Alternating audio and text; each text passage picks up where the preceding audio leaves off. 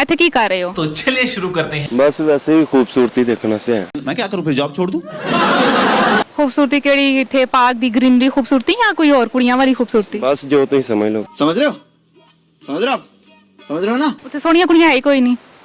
नहीं। ऐसे में बड़ा सख्त लौंडा हूं, लेकिन यार यहाँ में पिघल गया। ਜੁੱਤੀ ਕਦੇ ਖਾਧੀ ਹੈ ਕਿਸੇ ਕੋਲੋਂ? हाँ जी ਕਿੰਨੀ ਵਾਰੀ ਖਾਧੀ? बड़ी बारी। ਇਹ ਤੁਸੀਂ ਕੱਪੜੇ ਕਿੱਥੋਂ ਲਏ ਨੇ? ਬੜੇ ਸੋਹਣੇ ਲੱਗ ਰਹੇ ਨੇ। लंडे जो आहा बहुत चंगा नाम है। 50 रुपए की शर्ट अपना लिया शलवार, ਹਾਂਜੀ 30 रुपए की कमीज। पैसा ही पैसा हो गया। ਜੁਮੇ ਦੇ ਦਿਨ ਜੁੱਤੀਆਂ ਖਾਣ ਜੁੱਤੀਆਂ ਜਮਾ ਕਰਨ ਤੁਸੀਂ ਕਿੱਥੇ ਜਾਂਦੇ ਹੋ? मस्जिद च। 50 बार बोल रहे हैं पढ़ने निकले वाले छात्रों को राजनीति से दूर रहना चाहिए। ਪਤਾ ਲੱਗੇ ਤਾਂ ਤੁਹਾਡਾ ਕਾਮਨ ਸੈਂਸ ਕਿੰਨਾ ਕੋਈ ਤੇਜ਼ ਹੈ ਕੁੜੀਆਂ ਤੋਂ ਹਟ ਕੇ, ਅੱਛਾ। ਜੁੱਤੀਆਂ ਤੋਂ ਹਟ ਕੇ। कोई गल ਤੇ ਜੇ ਇੱਥੇ ਜਵਾਬ ਨਹੀਂ ਦਿੱਤਾ ਜੁੱਤੀਆਂ ਇੱਥੇ ਵੀ ਪੈ ਜਾਣਗੀਆਂ।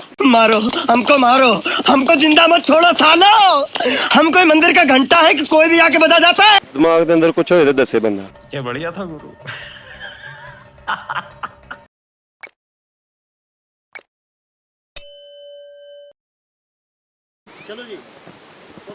अस्सलाम वालेकुम वालेकुम सलाम। ਸਰ ਕੀ ਨਾਂ ਹੈ ਤੁਹਾਡਾ? मेरा नाम उस्मान। ਥੋੜਾ ਉੱਚਾ ਬੋਲੋ। उस्मान। ਉਸਮਾਨ ਤੁਸੀਂ ਕਿੱਥੋਂ ਆਏ ਹੋ? मैं शक्करगढ़ तो आया। ਸ਼ੱਕਰਗੜ੍ਹ ਤੋਂ ਆਏ ਹੋ। ਇੱਥੇ ਕੀ ਕਰ ਰਹੇ ਹੋ? बस वैसे ही खूबसूरती देखने से है। ਖੂਬਸੂਰਤੀ ਕਿਹੜੀ ਇੱਥੇ ਪਾਰਕ ਦੀ ਗ੍ਰੀਨਰੀ ਖੂਬਸੂਰਤੀ ਜਾਂ ਕੋਈ ਹੋਰ ਕੁੜੀਆਂ ਵਾਲੀ ਖੂਬਸੂਰਤੀ? बस जो तुम समझ लो। ਨਹੀਂ ਅਸੀਂ ਨਹੀਂ ਸਮਝਣਾ, ਤੁਸੀਂ ਜੋ ਸਾਨੂੰ ਸਮਝਾਓਗੇ ਅਸੀਂ ਉਹੀ ਸਮਝਾਂਗੇ। बस ਕੁੜੀਆਂ ਵੇਖ ਰਹੇ ਹੋ? आ ਆ ਕੁੜੀਆਂ ਵਾਲੀ ਖੂਬਸੂਰਤੀ ਵੇਖਣ ਆਏ ਹੋ ਤੁਸੀਂ ਇੰਨੀ ਦੂਰ? ਹਾਂ, ਸ਼ਿਕਾਰ ਉੱਥੇ ਕੋਈ ਨਹੀਂ ਕੁੜੀਆਂ ਤੁਹਾਡੇ ਇਲਾਕੇ 'ਚ? नहीं ਉੱਥੇ ਸੋਹਣੀਆਂ ਕੁੜੀਆਂ ਹੈ ਹੀ ਕੋਈ ਨਹੀਂ?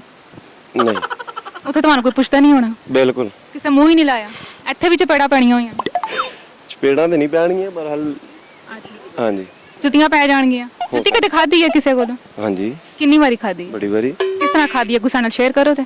ਕੰਨ ਫੜ ਕੇ। ਕੀ ਕੀਤਾ ਸੀ ਤੁਸੀਂ? ਕੁਝ ਤਾਂ ਕੀਤਾ ਹੋਣਾ।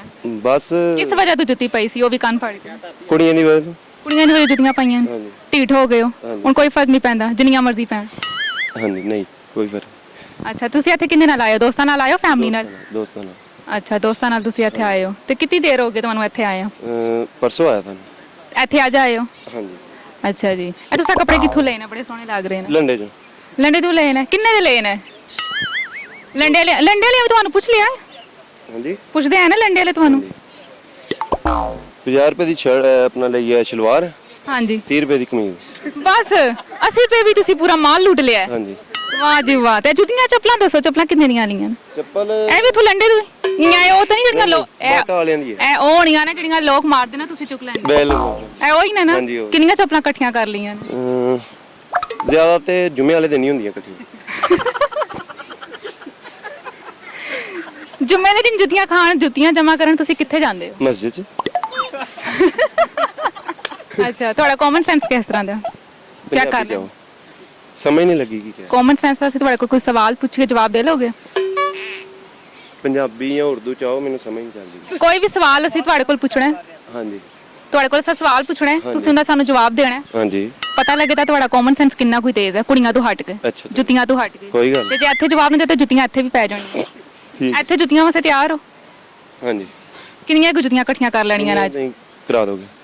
ਇੱਥੇ ਇਸਲਾਮਾਬਾਦ ਦੀਆਂ ਜੁੱਤੀਆਂ ਇਕੱਠੀਆਂ ਕਰਕੇ ਲੈ ਜਾਣੀਆਂ ਨੇ। ਪਹਿਲੇ ਤੇ ਆਪਣੀ ਲਾਓ ਹਾਂ ਫਿਰ ਬਾਕੀ ਬਾਅਦ ਵਿੱਚ ਇਹ ਮੇਰੀ ਜੁੱਤੀ ਬੜੀ ਜਲਦੀ ਲੈ ਜਾਂਦੀ ਹੈ। ਲਾ ਦਿਓ। ਐ ਹੁਣੇ ਪਤਾ ਲੱਗੇਗਾ। ਚਲੋ ਅਸੀਂ ਤੁਹਾਡੇ ਕੋਲ ਇੱਕ ਸਵਾਲ ਪੁੱਛਨੇ ਆ, ਤੁਸੀਂ ਸਾਨੂੰ ਉਹਦਾ ਜਵਾਬ ਦੇਣਾ ਹੈ। ਪੁੱਛੋ। ਇਨਸਾਨ ਦੀ ਉਹ ਐਸੀ ਕਿਹੜੀ ਚੀਜ਼ ਹੈ ਜਿਹੜੀ ਚਾਹ ਕੇ ਵੀ ਦੂਸਰਾ ਇਨਸਾਨ ਨਹੀਂ ਵੇਖ ਸਕਦਾ?